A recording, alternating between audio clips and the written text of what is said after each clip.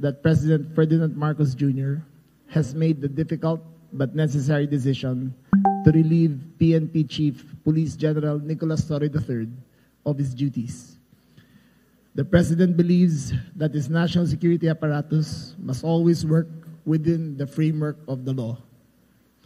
With the recent developments, the President was presented with the facts, and he determined that the best course of action is to uphold the role of NAPOCOM as it was intended by law. As part of this resolution, the President decided to relieve Police General Torre. This was not an easy choice, but it was made in the national interest.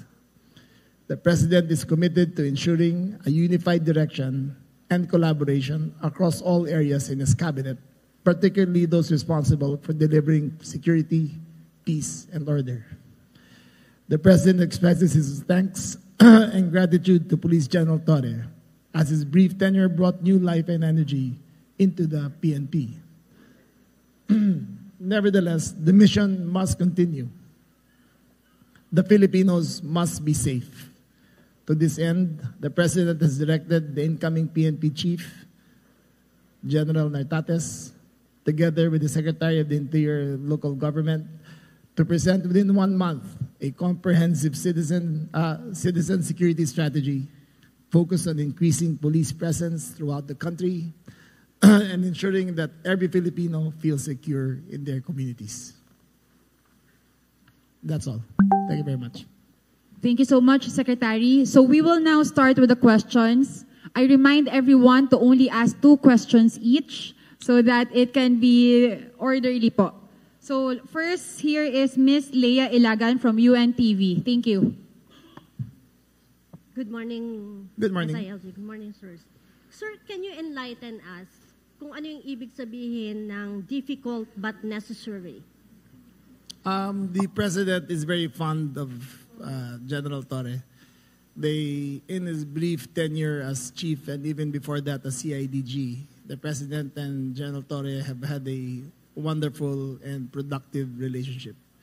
However, there comes a crossroads in a President's decision-making that he has to make the tough but necessary decisions to push his agenda forward.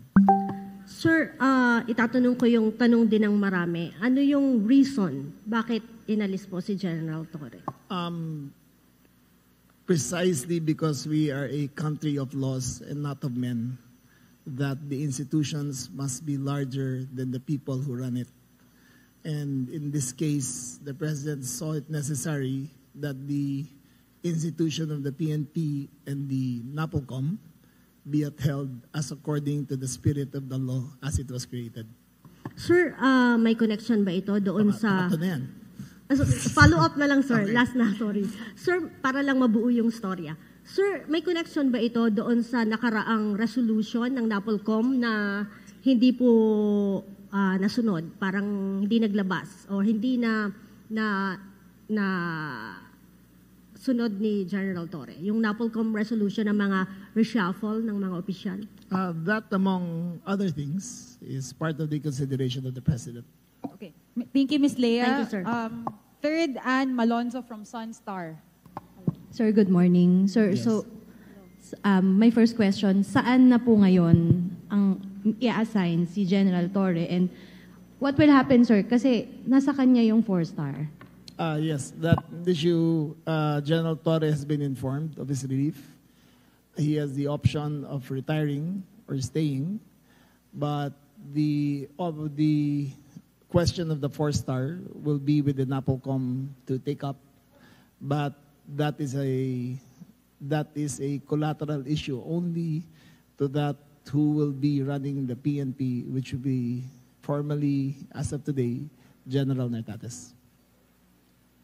Any words, nag-usap na po kayo ni General Torre about this matter, sir? I have tried to get in touch with him.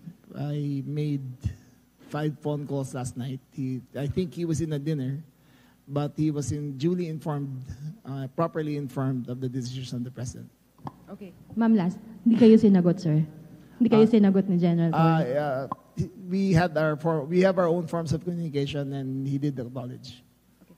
Thank you. Mr. Mark Makalalad of DZBB. Ay, Secretary, good morning. Obviously, yung pag-relieve kay Chief PNP, unpopular decision, dahil nagkaroon ng conflict previously sa resolution ng NAPOLCOM and the PNP. Hindi po napatupad yung order. So how do you intend to manage the public's perception na yung leadership ng PNP ngayon is stable sa kabila ng pagpapalit ng leadership Is stable? stable, And yes. wala po itong bahid ng politika.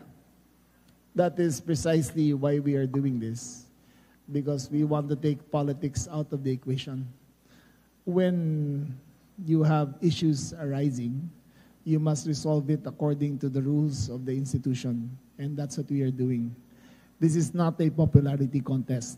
This is a question of maintaining the integrity of the institution.